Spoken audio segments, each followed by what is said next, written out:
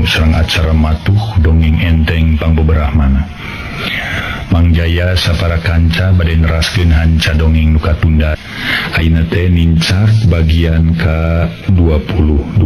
Para mitra kaum dangu, kacaturkeun di tempat sejen di padumukan Mamakarta di pasir luhur sabeula.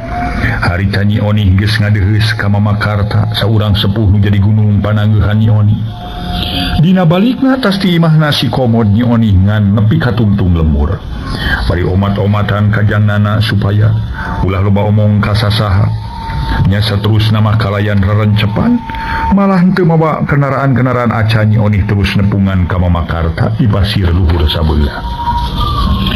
Sanggeus radalila diuk pahareup-hareup di jero saung pamatuhan Mamakarta. Harita Mamakarta kedal carita.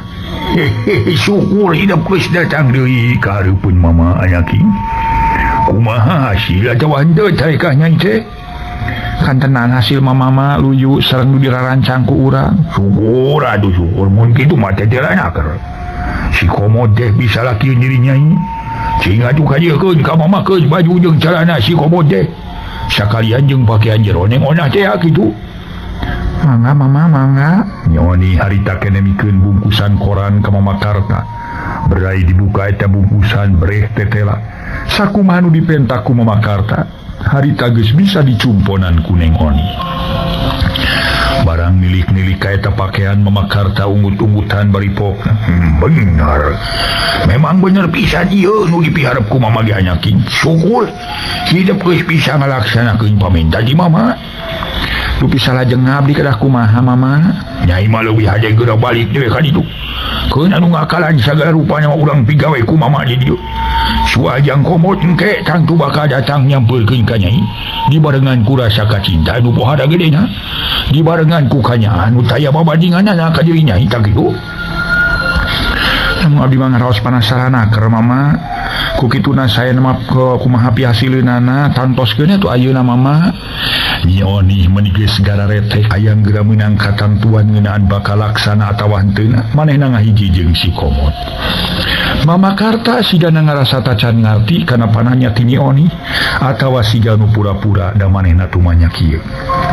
Ari maksudnya ieu kumaha? Sumona henteu kacepeng ayeuna langkung tokcer abdi baris biasa ngahiji sareng Kang Komod teh mama. Oh, moal atuh anyaking moal. Moal tep tewewet teh saupama urang ngadahar cabe. Ayeuna ngadahar ayeuna karasa ladana. Kumaha di dieu perlu diparancahan heula. Perlu dipeleng, diimpleng leuwih jero. Keuna moal lila paling-paling waktu antara 2-3 poe. Tak gitu, moga-moga nyai sing yakin kana kamampuan mama. Mamakarta minta tempo 2 atau 3 poe pikeun manehanana. Marancahan eta pakaian si komod jeung pakaian jero Nyi Ona. Ngarah Nyi Oni bisa lancar dina ngeuning ngaharepkeun ka cinta ka si komod. Sanggeus yakin yen Mamakarta minta tempo heula saterusna Nyi Oni pamitan rek balik. Nyatu pami parantos saya kacangtosan kitu mah ayeuna abdi bade wangsul mama. Jadi rek baliknya sumuhun panamege abdi malanggung saya wangsul heula bari ngantosan kekayaan mama nu bade marancahan ngakalan kana kaayaan Kang Komod teh kitu sanes sampai ka sauran mama teh. Ayo tapi ke heula nyaking ulah wakarurusuhan ngabadaya naon heula mama. Nyi Oni jajantungna jadi ratu marengan hatena pinuku kapanasaranan. Harita teh para mitra di hari nu geulis naon teh becigan nu api-api bodoh geuning. Ieu nyai lamun nyai hayang gancang hasil maksud kudu alus pameulina leuwih alus leuwih gede kemungkinan pikeun bisa gancang laksana sapanaja tina kana naon nu jadi cita-cita ti diri nyai tak kitu. Oh abdi ngartos mama ngartos pisan kan kapalai mama namun apaan kamari ge parantos raraosan mah sakirang kumaha bila aku parantos eep mama. Ih ari beak mah aja nganya aja dewe kumaha teh diawet-awet ngan kudu beda deui anu kamari jeung ayeuna mah lantaran pamaksudanna gede kamari mah buruh abah ngajawab kana pananya nyai. Ari ayeuna mah buruh mama ngalaksanakeun kana kahayang nyai supaya nyai bisa hasil sagancang-gancang tak itu anyaking. Buat pira aku deh atuh lamun nyai henteu ngarti mah mangga tuh mama ari kitu mah rada keheul keur diri Nyi Oni ku ayeuna Mama Karta meuni terus terang menta diburuhan deui hehe tak kudu kitu atuh ngaralus hasilnya sok atuh geura ka mamakeun ayeuna keneh ngarah hasilna bisa sagancang-gancangna anyaking ka cangking leuwih gancang leuwih halus kitu soten lamun bener-bener Nyai hayang kawin jeung Jang Komod lamun Syakira ukur setengah hate nya mending tong mending mundur teratur gitu moal ge abdi ka dieu teras-terasan bari dibelaan ngakalan anggoan Kang Komod sareng anu pun adi atuh mama pami abdi setengah hate mah sabaraha kinten-kinten kitu anu diperyogikeun ku salira mama teh nya kumaha Nyai we ari nu merenya mah ya rek sabaraha ge nu ulah saeutik teuing dajal mah hirup teh loba pangabutuhna najan mama di dieu mah tuh di tempat nu jauh di lembur tetep mama loba pangabutuh mama mah pan lain tuas atuh jadi mama kudu dahar kudu boga pakaian keun ari nu meulina mah sadaya daya nu sok dititah ku mama tapi deui ulah loba teuing ulah gede teuing bising Nyai teu boga mah pan karunya lamun duit Nyai kacoa gede ke ku mama nu penting mah nyayang sedang-sedang saja lah pokoknya cek Mama Karta para mitra parihatena mah geus ngarasa sugema lantaran manehna yakin yen Nyi Oni bakal nyumponan kana pamenta ti manehna mangsa ayeuna Nyi Oni para mitra sadaya muka loket pada duit geus kitu ngaluarkeun duit 2 lamar nu hiji warna bungur hiji di warna hejo sok dibikeun ka Mama Karta kumaha mama kinten-kinten sakit teka patan pinte Mama Karta teu kagancangan narima nu nyata mamanehna nyidik-nyidik heula kana jumlah eta duit bari jeung kumanya sabaraha ieu teh Nyai 10.000 langkung 500 rupiah nya make dipunjul-punjul sagala atuh Nyai keudeuh naon aya leuwihna ge ngan bae leuwihna ceuk bawa masa teu nyumponan kana syarat-syaratna teu ngontak target tak kitu dan geus sabaraha atuh langkungna mama mangun ningalkeun atuh da apaan urang teh tos kenal ruk berak we mama hoyong sabaraha boyo ukur ari kitu mah tanda Nyai teh ngarti kaya apa maksudan mama nu penting mah Nyai teu kudu gede-gede pameulina mah man pokoknya malah kitu teh we teu kudu gede leuwihna ti 500 jadi mun aya jeung ridho mah nya macak naon leuwihan ti bang 18.500 gitu dah mun dijumlahkeun jeung eta jumlah jamlena teh jadi 30.000 pan lempeng pan dibagi sababaraha ge moal ganjil tak kitu jadi mun jangkep mah Nyai bakal hasil jangkep ngaji wah pisah terus ti diri Jang Komod kitu siga nu gababarikeun nater Mama Karta teh para mitra sabalikna Nyi Oni ambakeun oge peda disebut tibang anu matak oke manehna ngomong terus terang sanes tibang atuh mama sakitu mah yaya wae nya mama nya ya tibang lamun dibandingkeun jeung 500.000 mah atuh panjauh mun dibandingkeun jeung nu disebut bieu ku mama sabab jumlah ieu mah tibang 30.000 ketang eta mah kumaha Nyai we mun hayang hasil mah kuyudnya cumponan syaratna lamun hoream nyumponan syaratna wayahna ulah hayang hasil tak kitu mun atuh kumaha mama we lah Nyi Oni teu loba pikir deui gancang harita muka loket wadah duit ngaluarkeun duit sajumlah nu dipenta bieu ku Mama Karta song dibikeun ka Mama Karta jumlahna jadi 30.000 nah mama nyangakeun tuh ridho Nyai teh ridho mama nuhun atuh wageur nyebut ridho nage jiga nu keheul harita teh Nyi Oni Mama Karta nampanan duit pamere ti Nyi Oni sup harita kena diasupkeun kana saku baju kampretna teu loba carita deui geus kitu mah Nyi Oni terus bae balik atuh ku Mama Karta dijurungkeun bari jeung dipepelingan supaya tenang ulah loba pikiran lantaran najan kumaha ceuk Mama Karta diri Nyi Oni bakal laksana ngahiji laki rabi jeung si Komod Nyi Oni percaya sagemlengna kana omongan Mama Karta saurang sepuh nu jadi gunung panangeuhan manehanana manehna mudun ninggalkeun puncak eta pasir luhur sabeula ninggalkeun saung pamatuhan Mama Karta mulang ka lembur pada pawargi kaum dangu nu sami-sami ngabandungan ye dongeng. Mangsa berang geus kaganti ku bangsa peuting. Memang sifat alam ieu papasangan diciptakeun ku Nu Maha Kawasa. Salah sahiji bukti kakawasan Allah teu aya deui para mitra iwati nyiptakeun alam papasangan aya berang jeung aya peuting. Harita Mama Haji kali Ibu Haji tos karulem pules naker. Najan kitu ari Nyi Oni can sare manehna masih keneh nyileuk di kamar anu pagigir-gigir jeung kamar Nyi Ona. Ngan basa geus tetela, pangeusi imah geus jempling kawuwuh kaayaan geus maju ka tengah peuting. Nyi Oni kaluar ti kamarna bari jeung mawa hiji surat anu masih keneh di amplopan. Geus aya di tengah imah sakedeung Nyi Oni dua klieur tetela eueuh nu kaluar ti kamar Mama Haji jeung ti kamar Nabi Iwa. Nyi Oni kaketayepan harita teh terus nyampeurkeun ngadeuketan ka hareupeun panto kamar Nyi Ona. Panto kamar ditutupkeun lalaunan ku Nyi Ona ku Nyi Oni dikaterokan. Ona geus sare acan? Ona? Cek Nyi Oni ngagero anu jadi adi. Tapi jempling Nyi Ona teu kadengen emalan. Nyi Oni terus wae ngeterokan deui kana panto. Ona? Di teteh ye buka panto ye. Sok buru-buru teteh perlu. Ona? Tekung silila kadenge suara tulak panto dibuka kolotrak berai panto muka. Breh katempo Nyi Ona semu anu lulungu nangtung lawang panto mencerong kanu jadi lanceukna kalayan harita tumanya. Bari naon teteh? Lain naon? Kudu nama maneh gancang mukakeun panto tadi teh. Mun hararese nakernya dasar putri ti kahyangan. Aing mah putri teh hiangan mukakeun panto-panto wae meni hese sakitu diketrokan geus digeroan sabaraha kali oge.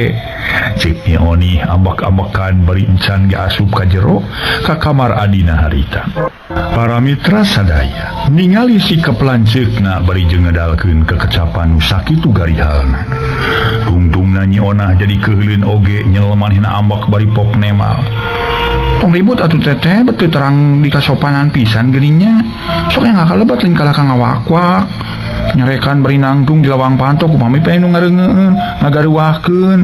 Teh ngagaruahkeun ka mama kali ka ibu panawatos. Anjeunna tos kalulem. Abdi ge mending ngalenyap ieu teh atuh. Panto digedoran kawas daya di waktos we. Hampura we mun teteh geus naon teh ngaganggu mah kanu jadi adi. Ulah lain teh nyaho ieu mah ngan sabab teteh yang ngobrol jeung jadi adi sabab teteh aya kepentingan pora pentingna pokona mah. Sok atuh kalebet. Deos Nyi Ona miheulan asup ka kamarna gek diuk dina pangsareanana. Nyi Oni asup nyampeurkeun adina bari samemehna nutupkeun heula panto kamar. Gek diuk digireun adina renghap ngarenghap heula rada lila. Atuh Nyi Ona bangun geus teu sabar pok ngamimitian muka obrolan. Sawurkeun bade ka perigan naon sanyana teh pangna teteh gegedor wengi-wengi palai tepang sareng abdi teh. Ya kawas sering kalancuk ke maneh-maneh ngomong temen itu reugeus kitu. Nyi Oni hambakeun pedah Nyi Ona ngomongna teu reugeus. Nyi Ona gancang nemalan. Lancuk ge kumaha lancukna eta teh pan kapan ayeuna mah sok jadi naon teh sok baeud bae kan jadi adi.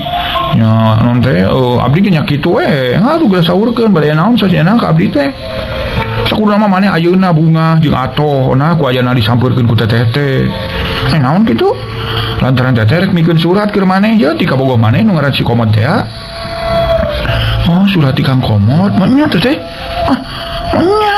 Bener-bener ngarasa teu percaya keur diri Nyi Ona. Ku ayeuna lanceukna nyebutkeun yen rek mikeun surat ti si Komod keur dirina. Salila-lilah molohok we Nyi Ona teh jeung Nyi Oni. Bari hayang geura ngadenge kekecapan lanceukna nu leuwih ngayakinkeun keur manehna. Nyi Oni imut ngagelenyu. Ani siga nu teu percaya Ona. Monya teteh ngabohong ka ieu suratna ye. Ayeuna ngeun teteh ye kumaha bunga henteu atoh henteu. Nyi Oni ngiwing-ngiwing amplop surat harita teh para mitra. Nyi Ona mencerong kana eta surat ngan barang ku manehna rek dicokot gancang ditarik deui ku Nyi Oni. Keula atuh sabar Ona. Tertarik tumanya heula ka manehnya. Kumaha ku ayeuna ieu surat ti si Komod? Maneh atoh henteu atau bunga henteu? Kapan teteh kantonana atoh mah sareng bunga tuh teteh? Bunga nu aya papadana engah sok hajiekeun. Nah ka abdi kan teteh bagja teu sangka Kang Komod kersangin tunan serat ka abdi. Nyiona geus teu sabar hayang geura nyekel eta surat hayang geura maca eusina. Syukur atuh ari atoh mah. Tepang di mana gitu teteh sareng Kang Komod teh. Atanapi teteh tas di bumi na Kang Komod bangna tadi siang teu aya di bumi. Amit-amit teuing. Dapna naon make kudu los-losan ka ditu. Ka imah si Komod barina oge. Teu hararayang teuing. Kebenaran tadi bahasa teteh tas di kebon di jalan pagi jeung budak lalaki setepak cenah mah rek ka dieu nya ku teteh ditanya cenah mah rek mikeun surat kasih ieu ti si Komod keur kan ona terus ku teteh dipenta eta surat teh tuluy dibawa ka dieu padina mah teu dibikeun ku eta budak teh dah yang mikeun langsung ka ona lantaran dipaksa bari diburuhan duit sagala 500 teu burung daekeun mikeun ka teteh ka ayeuna dibikeun ka ona lantaran ngadagos simpeh heula pan lamun aya non teh mama kali ibu mah pan beureun bising ke nyiseulan ka ona kang tu bakal jadi bahan pisaureun mun atuh serat ya sakacana ku teteh pamih teu duh bakal katampi ku mama kali ku ibu panginten ona baris dibenduan ku aranjeunana nah kadikeun atuh teteh ona mah teu sabar hayang geura maca isina. Tapi najannya Nyi Onah terus mementa eta surat ku Nyi Onih taca dibikeun. Ku Nyi Onih masih terus dikekeuweuk. Sabar heula atuh lawa hayang gagancangan narima. Nama teh ulah ka tampi ku abdi. Nama ke moal ka dikaabdikeun teh. Kakari surat ku teh dibikeun ka Onah tapi kudu ditebus. Kudu ditebus urang. Ku hartos ada ditebusna teh. Ya ku duit atuh mun teu ditebus ku duit mah nya wayahna moal dibikeun. Teu naonnya ditebus lah teteh. Kanten abdi mah salempang mun eta serat katampi ku mama kali ku ibu. Emang sabaraha abdi kedah nebusna teteh? Nya lain nebusna. Mohon atuh teteh. Teu gede lah pilage ditebus ieu 30.000 sok. Kebegnya Onah ngagebeg bener-bener leuwas luar biasa leuwasna. Harita teh teu sangka lanceukna bakal minta tebusan eta surat sakitu gede pangajina keur manehna mah duit 30.000 teh. Ih, meni komersil geuning teteh. Kawasanes ka adi we minta duit tebusan meni gede-gede teuing. Nya Onih anggur seuri nyerenge bari pokna bangun teu ngarasakeun kana hate nu jadi adi. Tama kumaha Onah we nganamun ku Onah teu ditebus si surat ku teteh bakal dibikeun nya disangakeun ka ibu kali ka mama. Ulah atuh teteh ulah ieu. Ulah disangakeun ka ibu panginten abdi cilaka. Ulah teteh. Nya Onah lain deui leuwasinana awakna nepi ka ngeleper. Nyari ulah dikaibukeun mah sok atuh gancangan geura tebus 30.000. Mangga ku abdi bari ditebus namun ulah ayeuna tuh teteh nya enjingnya. Harusna ku abdi disangakeun ka teteh. Kudu ayeuna lantaran isuk mah lain deui lalakonna. Ceuk Nya Onih menta dibere duit pangaji 30.000 harita keneh para wargi. Ngaso heula, ngaso.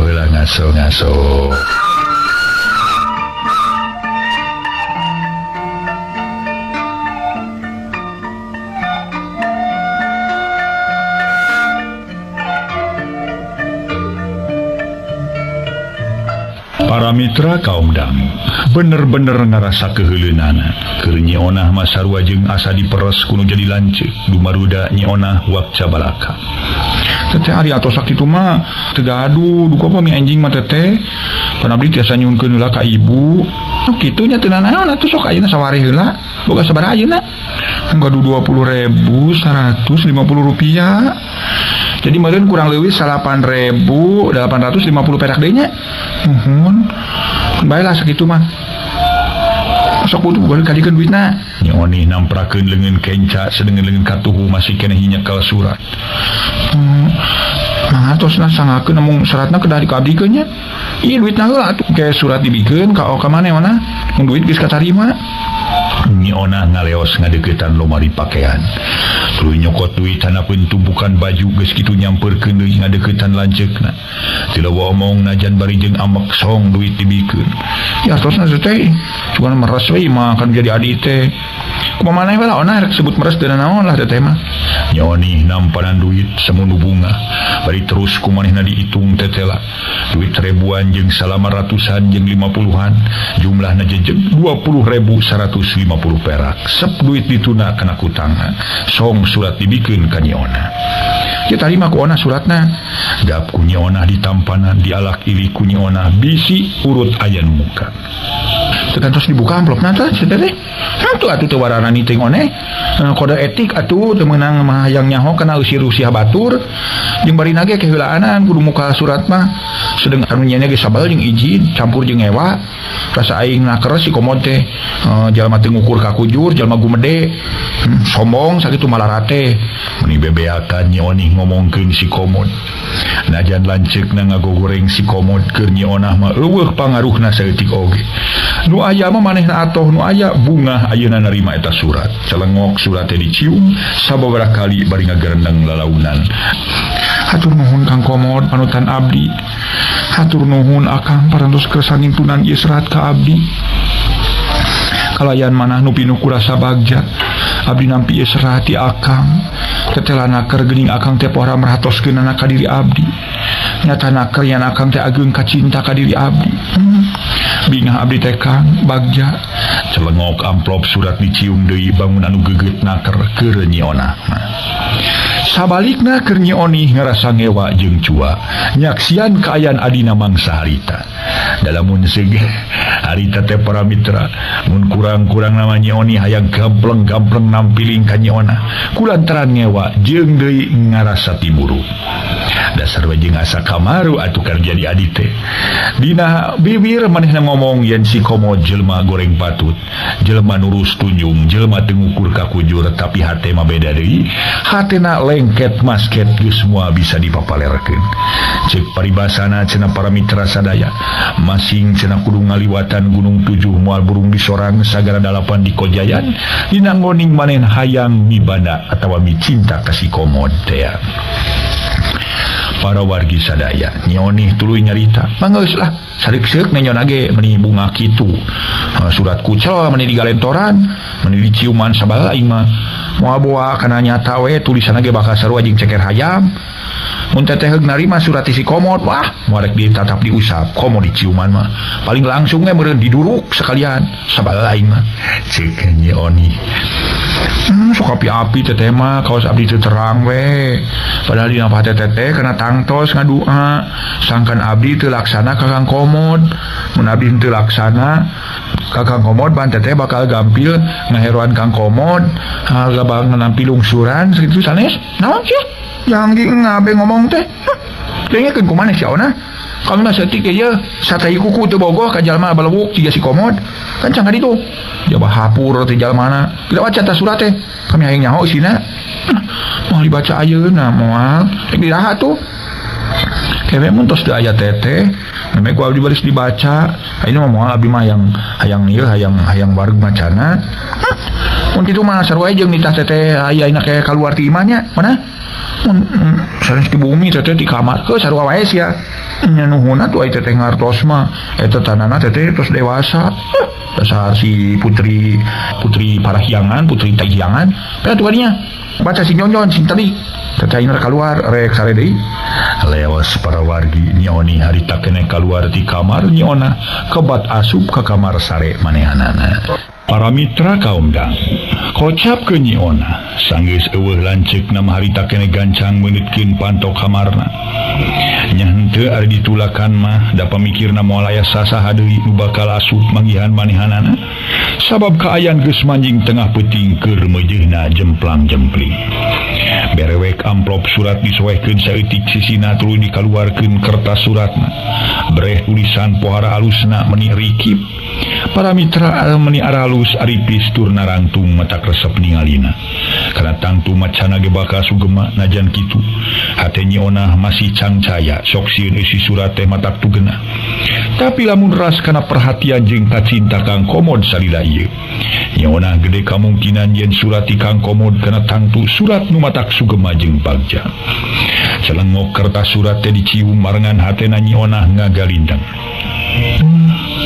aya hatena ngagerentes orang punten sakali deui sanes ngagalindang ngagerentes segala kertas ge meni singit kieu jeung tulisan meni rapih narangtung laleutik jeung aripis teu sanga Kang Komod sae tulisanana Kang Komod nu pada ngahina teh nyata geuning pinter midamel serat ciih kurang baca geus kitu mah prak surat dibaca dina jero hate harita teh para mitra salam sono tinu cinta neng onah nu janten pupujaning kalbu panyilekan akang siang wengi. Neng, hapunten ku ayeuna danget ieu Kang Komod parantos kumabantun ngintunkeun serat ka pangkonan salira mugi ulah janten bendu panggali sareng nedasi hapunten nu kasuhun jembar pangampura bok bilih hengke dina seratan ti akang aya kekecapan nu kirang merna aya basa nu sugal nu teu luyu sareng manah salira. Kang Komod percanten, neneng tangtos kersang hapunten margi apan jalmi kedah silih hapunten da sok aya lepatna. Neng onah pujaan mana upami rengse neng maca ieu serat engkang teu kaabotan upami tema ieu serat bade dijejewet atanapi bade diduruk oge sami sareng salira neneng nu tos ngajejewet hate akang tos ngaduruk hate akang. Duh nalangsa neneng teu sangka puguh geuning cinta salira ka Kang Komod teh palsu upulasan imitasi majarkeun cinta sajati nu aya nganyeri teu sangka neng onah bet nampi panglamar jajaka sanes nyata nu jenengan Den Husein teh nampi kalian terus terang neng kersa ditikah teung teuingeun dinten Kemis bade dongkap neng baris nikah jatuh krami sareng Den Husein. Tuh abong akang mah kaleng itu mah emas meni itu mah dirontok dirabu dipangku ku neneng. Duh engkang mah ditoker teu dilieuk meninga mayunan Den Husein ke kasep teh beunghar jaba dipirido ku para sepuh. Duh akang teh sami we sareng piit ngedeuk-ngedeuk pasir jog-jog neuri buah loa cecener di mandi kiara hamil we muncul paribasan teh mah ngajul bentang ku asihung ku kituna hubungan urang cekap duwi ka dieu bae engkang tong direwet deui ku neneng anggap antara urang teu aya kajantenan naon-naon sumanga payunan Den Husein wilujeng jatuh krami sayonara sakitu serati akang nu keur nalangsa jadi lebu kaduru ku sini asmara palsu Kang Komod teh anu nuju nasibna model kieu. Na atuh para mitra anu mulia, ari rengse maca surat ti si Komod anu netelakeun yen si Komod mutuskeun da yakin neng onah bakal kawin ka Den Husein. Ari cerit hateni onah harita ngacerit maratan langit ngoceak maratan jagat teh lain bobodohan ceuk paribasana para mitra nyurucud ngaluarkeun cimata getih. Duh Kang Komod, hapunten abdi Kang. Kuberag ni onah nyuuh dina luhur kasur bakating meunang kareuwas nu pohara harita keneh onah kapaehan teu inget dina naon-naon. Lantaran bieu nyi onah ngajerit tarik Mama Haji rawuh Bu Haji sanos nuju kulem tibra teu burung gugah. Da kagareuwahkeun nya kitu nyi Onih jeung Bi Iwak. Opat jalma harita keneh arasup ka kamar nyi onah kabeneran pantona henteu ditulakan ti jero. Sarerea ge utamana Bu Haji teu kinten reuwaseunana ningali nyi onah nyuksruk di luhur kasur bari kapidara. Onah, kunaon nyai? Bru itu bru ka dieu teh ku Bu Haji.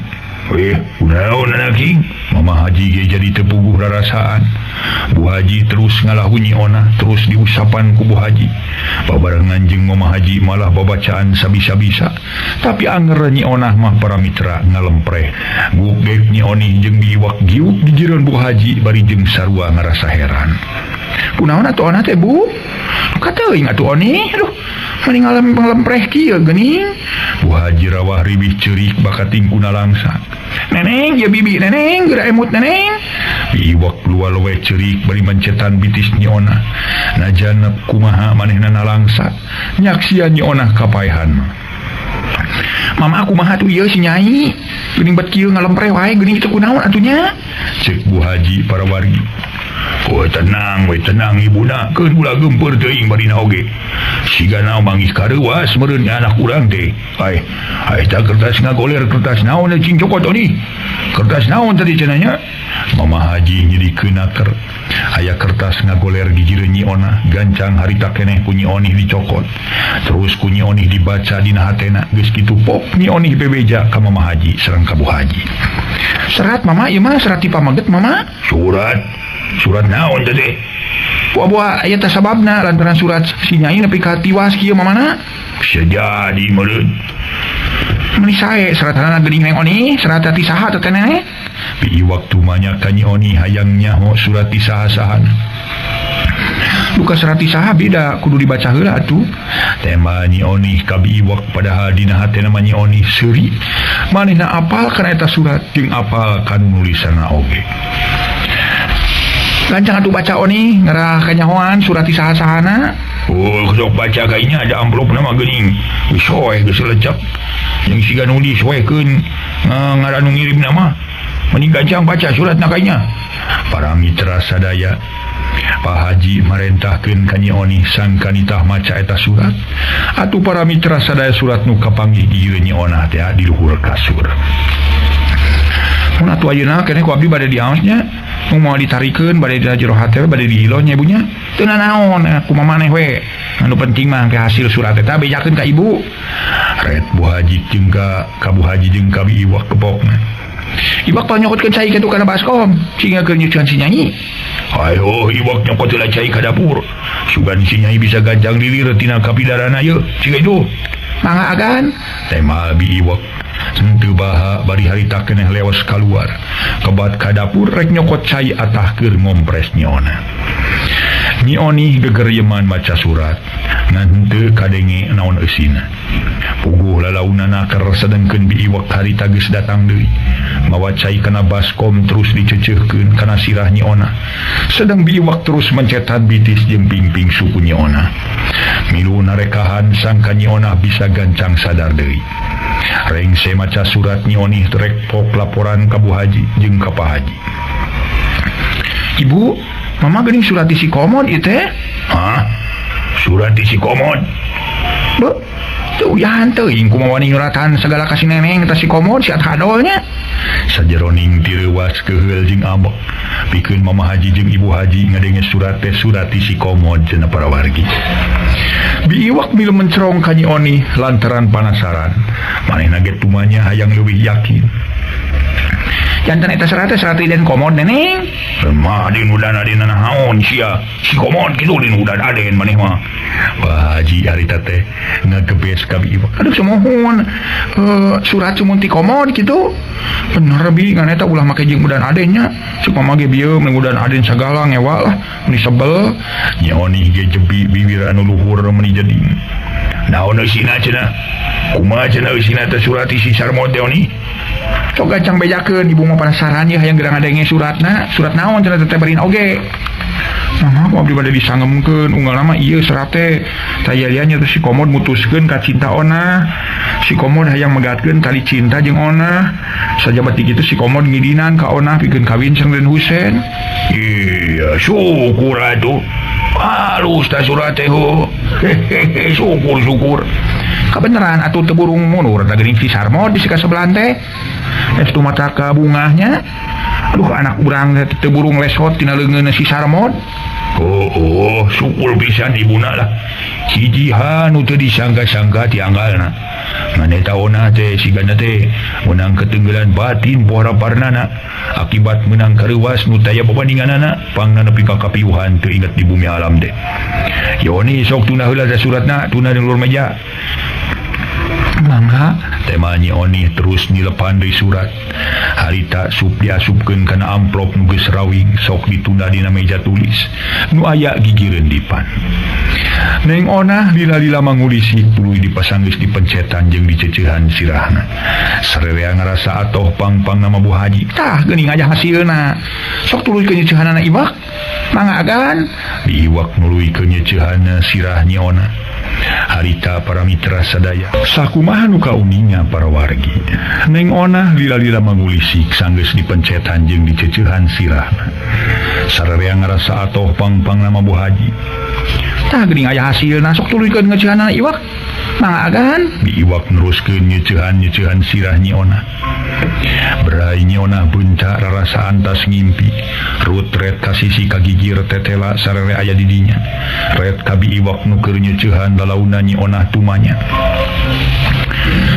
Geuning sadayana araya di dieu bibi. Nah nuju aya naon? Ih, nuhun teuing neneng, bagja teuing neneng parantos emut. Paname teh neneng salira neneng teh emut-emut. Sabada tadi ka kuping ku sadayana neneng jejeritan. Salera reuas nguping neneng ngajerit teh teras atuh gugah. Ngabujeng ka dieu ngalayan neneng kitu. Nyanyai anak king. Ya ibu gelis. Ibu. Nyi Ona ceurih ka nyerian bari bru nyuuh kana lahunan indungna. Teu sangki Kang Komod Bu nganyeri ka abdi. Tersangki baris kieu pijadieun anak Bu. Bener-bener ngarasa tunggara kaaya Nyi Ona. Mama Haji telemek teh nyarek da mana nganeuteub kan jadi putra. Sedengkeun kan ari Nyi Onih mah juba jebi luai liwai bibirna kawasan umah puaskeun. Kawasan umah puas kana kaaya Nyi Ona nu keur meunang surat pinyerieun ti diri si Komod. Bu Haji terus ngusapan Bu Nyi Ona bari di upahan di beberapa. Sing sabar geulis anak king sing sabar. Tarimakeun ieu kanyataan anak king. Matak geus aya ulah mi kainget wae, ulah mi eling wae ka si Komod barina oge. Moal aya gunana, moal aya manfaatna. Malah nu teteh lama ieu ukur namahan kasedih jeung kana langsa keur diri hidup anak king. Matak mengeus ceuk mama ge ulah mikiran ting si Sarmon. Ulah di pikiran si Sarmon maunah barina ge. Lantaran eueuh gunana eueuh manfaatna karipu-ripu ka diri. Namun mikirannya si Komod berarti urang bakal sangsara, terutama Nyai bakal cilaka, bakal gering pikir. Teu sangka puguh ge majarkeun gede ka cinta, majarkeun gede kuriat, majarkeun rek binyak kanya. Ngan jauh ku romong wungku kosong lodong lentrung begitu teh ngaranna. Aya bukti nama geuning nepi ka tega mutuskeun.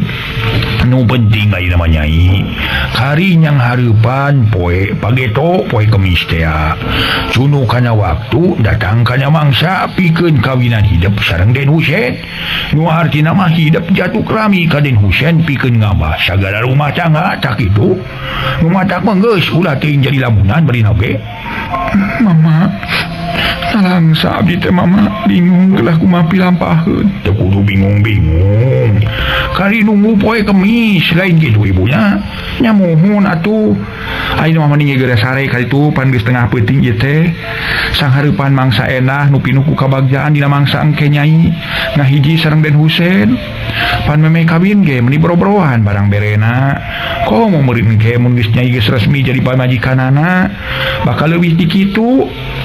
Rumadak lamun Nyai nepi ka teu laksana kawin ka Den Husein rugi gede. Mama, ibu Nyi Ona ngagaureuh ceurik najan kumaha teu ridho manehna kudu kawin ka Den Husein. Tapi deui nyeri hate ku Kang Komod nu geus mutuskeun hubungan.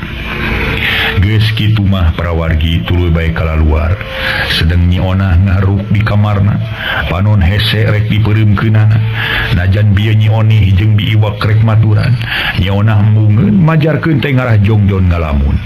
Kaayaan beuki peuting ngagayuh kawan Cijanari. Beuki tiris, beuki simpet iseunaker. Nyi Ona nu aya di kamar sorangan masih keneh diayun ambing ku lamunan jeung katunggaraan nu tumiba jeung karana pakiri manehna. Kacaturkeun poe isukna di lembur Cikuya. Poe ieu kinoledna geus kaluar tinanpikeun nyepikeun dirina. Mujas medi geus rengse nya atuh si Komo jeung si Dul Hamid. Nya kitu si Ibro araya di imah akinoledna. Sararea ngarobro nyaritakeun kaayaan nu karanapan ku manehna. Atuh kinoledna ngadongengkeun sakur kajadian nu kaalaman ku manehna. Salila tilu peuting numpi di kamar khusus. Peutingna kira bada Isa. Antara kinoledna jeung si Komod katut dua urang sobatna geus ngariung deui sanggeus kasapih tadi ku mangsa magrib jeung Isa ngalaksanakeun heula kawajiban. Akinoledna harita nu ngamimitian muka obrolan nyarita dari anaker dibarengan ku rutret antara si Komod jeung si Dul Hamid jeung si Ibro. Mod sahulaanan maalusna maneh kudu bisa mopohokeun kaaya Neng Ona euy. Lantaran ayeuna Neng Ona geus narima panglamar ti Den Husein bari waktuna kawina teh pan geus jelas poe Kemis. Jadi poe isukan ceuk pamikir aki. Keun heula antep ka Neng Ona mah engke ge mun cecelan Neng Ona pijodoeun maneh, tangtu maneh bakal laksana kawin ka Nyi Ona. Bakal gagal kawina jeung Den Husein. Sajabati eta aya alusna mun maneh ingkah ti lembur. Sabab kadiri maneh teh teh loba nu bogoheun mod. Bu Haji, Nyi Oni, si Iwak kabeh baroboheun ka maneh. Mun maneh aya wae di lembur bahaya. Nyabahan maneh cilaka nyumatak mending ninggalkeun lembur. Ceuk akinoledna parawargi. Ngaso heula ngaso.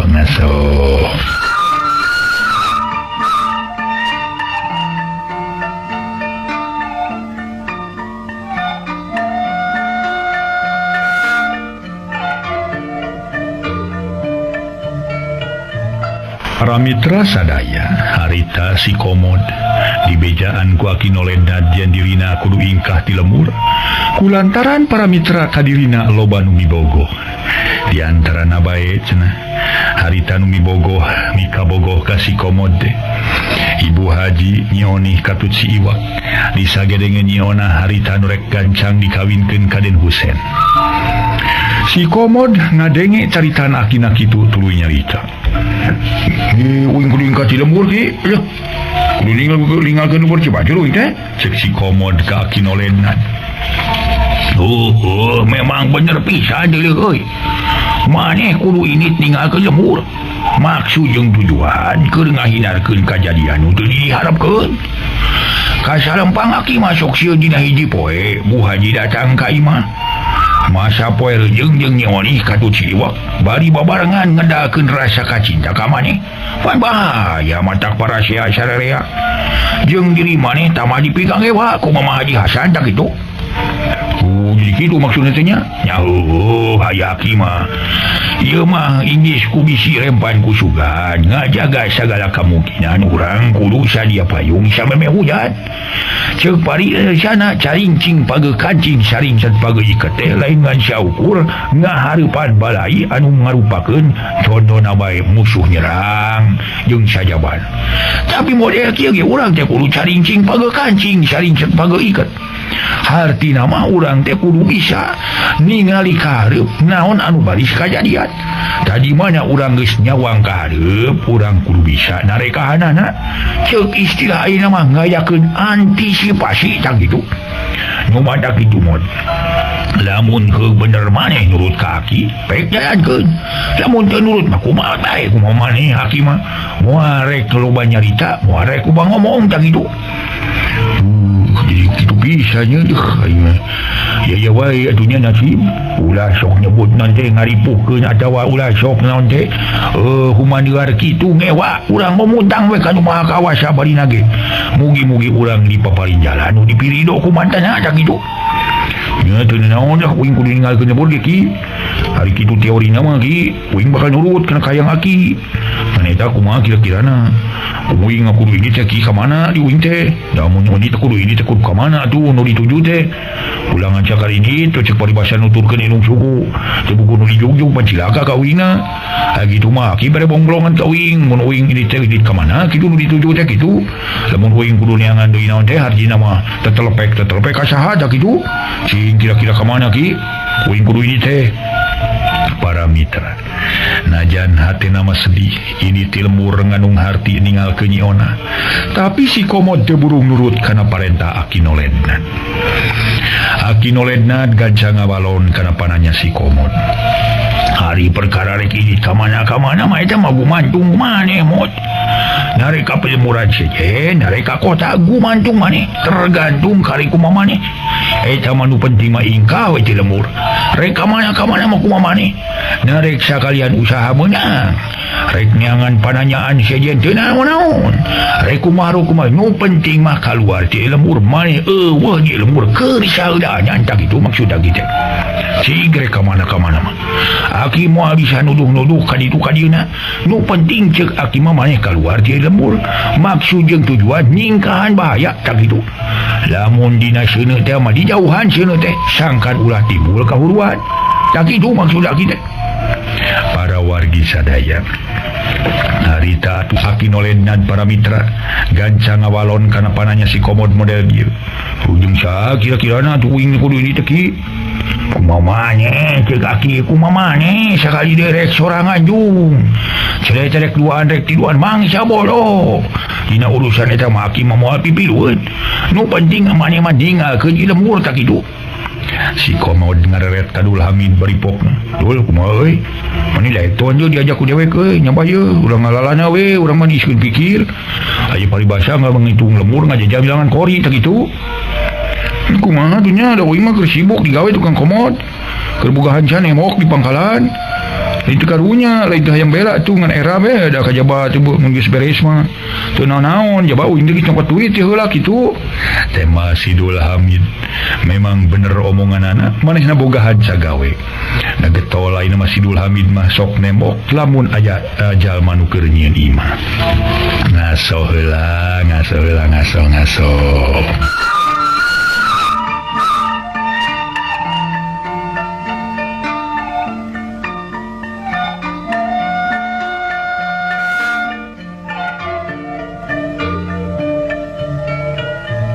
Para mitra sadaya, Dul Hamid diajakan teh manehna mungen kulantaran manehna keur boga gawe.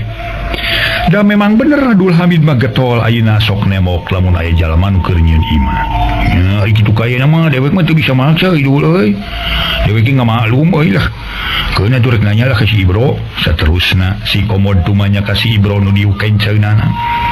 Bro kumaha maneh euy, aya ketahuan teh milu jeung dewek euy. Hayu lah. Malur di lemur uing itu boga pagawean je. Si suganana tungke di pengumaran mau uing bisa mangihan atau menangkeun pagawean gitu. Si Ibro bangun buangaheuna keur manehna jigrah rek diajak nyaba ingkah ti lemur ku si Komod teh. Si Komodnya kitu manehna lain deui atoheunana ku ayana si Ibro lain diaikeun diajak. Syukur aja. Kadewe ke bunga pisan euy maneh rek milu teh Bro. Papada jeung si Dul ge ari aya maneh mah jeung dewek teu teuing euy. Aya batur pikeun ka paku kumaha gitu. Geus kitu mah pok si Komod nyarita ka Aki Nolednan. Ki dedela uing aya batur keur nyaba ki. Si Ibro daekeun ki. Ngeta mun bisa malah mun bisa nawar gitu. Nyamatak naon mun uing nyaba teh ulah isukan tuh ki. Alasanna naon pang mun isukan teh mod. Isukan teh poe kemis atuh poe ngandung sajarah keur uing. Nyona kawin ka Den Husein jadi uing dia hayang nyaksian heula nu kawinan gitu. Kumaha mun poe Ahad atuh lah. Sampai Jumahna gitu ki keun sukan uing mah nyamperkeun gitu. Ngadek nempoke ti kaangangan panasaran atuh lagi. Kumaha ngidinan moal gitu kira-kirana. Teu bisa euy. Tetep maneh kudu ini. Poe isukan malah kudu isukan ni. Jeung sama sekali arti teu ngidinan pikeun maneh nyaksian kawinan ning onah ka Den Husein. Mun kejem geuning aki teh. Pada uing da moal naon-naon tibang yang nempokeun wungkul di kaangangan gitu. Cing bejakeun ka uing atuh naon sababna uing ulah nyaksian kawinan ning onah teh. Naon sababna ki? Si Komod dina hatena mangarasa keheul ka Aki Nolednan. Lantaran manehna tetep kudu init isukan. Aki Nolednan samemeh ngajawab kana sakur kapanasaran si Komod. Ngarengkap heula menilila. Geus kitu kalayan anca dumareuda pok Aki Nolednan nyarita. Lantaran nama mod. Pokoknya mah kieu euy mun maneh nyaksian langsung pesta perkawinan antara Neng Onah nu dipicinta ku maneh jeung Neng Onah nu pohara bogoeun ka maneh. Aki salempang sieun aya kajadian nu teu dipiharep da kitu. Sina kajadian teu dipihar kumari Aki. Mod mun engke Neng Onah nempoeun ka maneh. Bisa wae Neng Onah ninggalkeun kursi panganten. Malah bisa tuluy ngagajeleng tuluy nyampeurkeun ka maneh. Tuluy ngagalentoran ka diri maneh mod. Pan mun kitu kajadianna maneh bakal disangka ngacokeun. Saterusna maneh bakal ditewa kudu berwajib. Bakal dibawa ka kantor desa. Tah lamun tuluy diadukeun ka pangadilan maneh bakal unggah balewa tangan. Da disebutna ge ngacokeun karyaan tak kitu. Aya dasar hukumna teh maneh bisa diteken. Engke Aki ge bakal kababawa ka ciwit kulit kabawa daging. Disangka tukang ojok-ojokan itu bener. Era Aki teh Aki tangtu bakal kawiwirangan di lemot. Wiwirang teh ya ieu mah. Uing jeung si Ibro ngatang tuh bakal babawanya ki. Bisa bae dulu lantaran urang opatan teh. Mangrupakeun beungkeutan para pageuna nu heserek pegatna deui euy. Heserek pisahna. Si Komod olohok para wargi. Molohok ka Aki Nolednan nu keur nerangkeun kitu alasanana. Mun manehna isukan nempokeun kawinan. Nyi Onah ka Den Husein geus tangtu bakal kajadian anu model digambarkeun bieu ku Aki Nolednan. Santeuna lamun seug kajadian kitu geus tangtu manehna bakal unggah balewa tangan.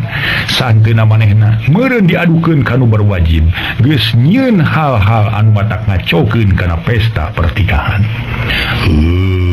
Waktos nasib.